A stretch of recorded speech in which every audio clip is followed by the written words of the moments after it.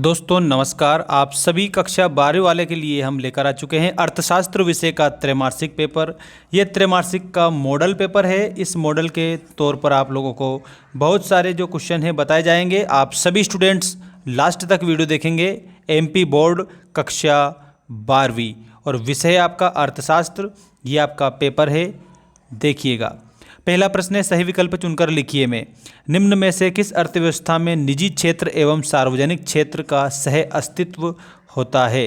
दोस्तों, एक तो निजी क्षेत्र भी है इसमें और सार्वजनिक क्षेत्र भी है, तो आपको करेक्ट उत्तर के तौर पर मिश्रित अर्थव्यवस्था बताना है। इसमें निजी क्षेत्र भी शामिल कर लिए जाते हैं और सार्वजनिक क्षेत्र भी शामिल कर लिए जाते हैं। इसके बाद दूसरा प्रश्न देखेंगे, उपभोग की अंतिम इकाई से प्राप्त होने वाली उपयोगिता को कहा जाता है। देखिए दोस्तों, आपको एक बात मैं बता दूं, एमपी बोर्ड के हमारे जितने भी स्टूडेंट्स हमारे साथ में जुड़े हुए हैं, सबके लिए हमने मेंस एजुकेशन ऐप पर आर्ट्स सब्जेक्ट का जो कोर्स है वो अपलोड कर दिया है।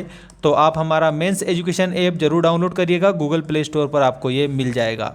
देखिए अगला प्रश्न इसमें आप लोगों का, उपभोग की अंतिम इकाई से प्राप्त होने वाली जो उपयोगिता है ना, उसको कहा जाता है सीमांत उपयोगिता। ये आपका करेक्ट उत्तर होगा। अगला प्रश्न है, औसत स्थिर लागत। नेक्स्ट जो क्वेश्चन है इसको आप देखिएगा। औसत स्थिर लागत जो है ना दोस्तों, उसके रूप में आप लोगों को उत्तर बताना रहेगा कि उत्पादन बढ़ाने पर घटती है। आपका ऑप्शन नंबर फर्स्ट वाला इसमें करेक्ट हो जाएगा। पूर्ति में कमी के निम्नलिखित में से कौन से कारण है। तो दोस्तों, पूर्ति में जब कमी होती है तो उत्पादन लागत में वृद्धि हो जाती है और उद्योगों में फर्मों की संख्या में वृद्धि हो जाती है और स्थानापन्न वस्तुओं की कीमतों में भी वृद्धि हो जाती है। इसका मतलब उपर्युक्त सभी हम उत्तर के तौर पर याद रखेंगे। दोस्तों, सभी स्टूडेंट्स के लिए हमारे ऐप पर बहुत ही बेस्ट कोर्स उपलब्ध है आर्ट्स सब्जेक्ट का विशेषकर।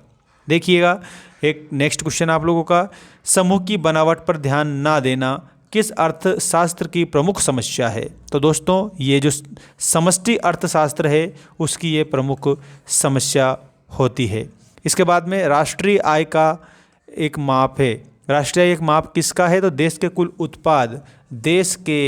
कुल उत्पाद का माप होती है। अगला प्रश्न है, उपभोग फलन का फलनात्मक संबंध है। दोस्तों प्यारे विद्यार्थियों, इसमें आपको आय व उपभोग बताना रहेगा। ऑप्शन नंबर बी आपका इसमें करेक्ट हो जाएगा। इसके बाद में ये रहा आपका रिक्त स्थानों की पूर्ति कीजिए वाले सभी इंपॉर्टेंट क्वेश्चंस और सबके आंसर मैं आपको बताऊंगा। देखिए, पहला प्रश्न है इसमें, आय में वृद्धि होने से कुछ वस्तुओं की मांग। तो यहाँ पर कुछ वस्तुओं की मांग तो होती है, घट जाती है, और कुछ वस्तुओं की मांग बढ़ जाती है। ठीक। अगला प्रश्न देखिए, यदि निकट प्रतिस्थापन वस्तु आसानी से उपलब्ध नहीं होती है तो उस वस्तु की मांग दोस्तों यहाँ पर बेलोचदार हो जाएगी। ये आप उत्तर के रूप में याद रखेंगे। नेक्स्ट क्वेश्चन देखिए, औसत लागत तथा सीमांत लागत दोनों ही लागत से ज्ञात की जाती है। दोनों ही लागत किससे ज्ञात की जाती है, औसत और सीमांत। कल भी मैंने बताया था, कुल लागत आपका इसमें उत्तर होगा। नेक्स्ट है, पूर्ण प्रतियोगिता एक स्थिति होती है। तो दोस्तों, सिर्फ हम कल्पना कर सकते हैं, ये काल्पनिक स्थिति होती है पूर्ण प्रतियोगिता। अब कौन सी अर्थव्यवस्था की वे दशा है जिसमें मुद्रा का मूल्य घटता है और वस्तुओं का मूल्य बढ़ता है। तो इसमें आपको कौन सी स्थिति बताना है, मुद्रा स्फीति आपको उत्तर के रूप में बताना रहेगा। नेक्स्ट क्वेश्चन देखिए, प्रभावी मांग का विचार ने प्रस्तुत किया। तो दोस्तों, प्रभावी मांग का जो विचार है वो कीन्स ने प्रस्तुत किया था। तो कीन्स आप उत्तर के तौर पर याद रखेंगे। इसके बाद में ये देखिएगा, आपका नेक्स्ट जो क्वेश्चन है जिसमें पूछा गया है, सही जोड़ियां बनाइए। तटस्थता वक्र, तो ये एक दूसरे को नहीं काटते हैं। मूल्य एवं मांग में, तो याद रखना, मूल्य और मांग में विपरीत संबंध होता है। सामान्य मूल्य बराबर होता है तो औसत लागत के, और वस्तु की पूर्ति का संबंध, दोस्तों वस्तु की जो पूर्ति है उसका संबंध वस्तु की लागत से। अधिक की बजट, तो इसमें आपको व्यय का आय से अधिक होना जो है उसे अधिक के बजट के रूप में जाना जाता है। और प्रतिभूति विनिमय दर, इसमें स्टॉक एक्सचेंज शेयर आपको उत्तर के रूप में बताना रहेगा। ये जोड़ी आपकी कंप्लीट होती है। दोस्तों, सभी स्टूडेंट्स हमारे मेंस एजुकेशन ऐप को ज़रूर डाउनलोड करना और मेंस एजुकेशन एप्लीकेशन पर आपको सारा स्टडी मटेरियल देखने को मिल जाएगा। इसके बाद में एक शब्द या एक वाक्य में उत्तर दीजिए वाले क्वेश्चन आपकी स्क्रीन के सामने आ चुके हैं। देख सकते हो आप सभी। बजट रेखा का दूसरा नाम क्या है? दोस्तों इसका दूसरा नाम हो जाएगा कीमत रेखा। नेक्स्ट क्वेश्चन है उत्पादन फलन कितने प्रकार के होते हैं? तो दोस्तों उत्पादन फलन प्रायः 2 प्रकार के होते हैं। कौन सी आय आर्थिक विकास की सूचक होती है?